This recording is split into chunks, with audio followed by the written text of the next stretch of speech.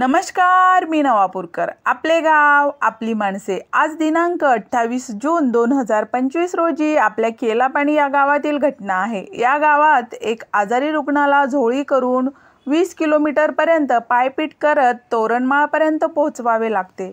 पावसाचे दिवस आहे. रस्ते, नाले, दऱ्या खोऱ्यांचा रस्ता या अशा वाटेवरून आजारी रुग्णांना घेऊन जावे लागते. आदिवासी पाडे आहे. गेल्या कित्येक वर्षांपासून या पाड्यांना कोणत्याच सुविधा मिळालेल्या नाहीत. सरकारला एकच प्रश्न आहे की आदिवासींच्या नावाने कोट्यवधींचा निधी असतो, मग तो निधी जातो तरी कुठे? आदिवासी पाड्यांना या निधीचा कधीच उपयोग झालेला नाही. याचं कारण अद्यापही कोणालाच समजलेलं नाही.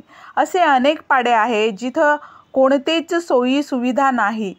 सरकारने ठोस असे उपाययोजना आखून आदिवासी पाड्यांची हालअपेष्टा कमी करावी हीच नम्र विनंती आहे. SK news Navapur. नमस्कार.